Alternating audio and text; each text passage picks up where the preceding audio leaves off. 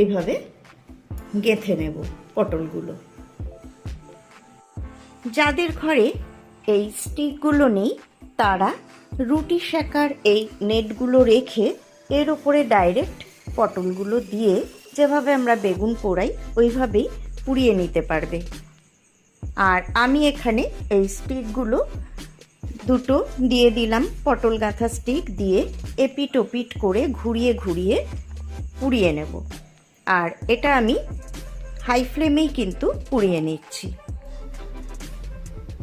তো দেখো এইভাবে উল্টে পাল্টে ঘুরিয়ে ফিরিয়ে, সামনের দুটো কিন্তু হয়ে গেছে পোড়া, এখন এই পেছনের দুটো একটু ঘুরিয়ে ফিরিয়ে আমি পুড়িয়ে নিচ্ছি।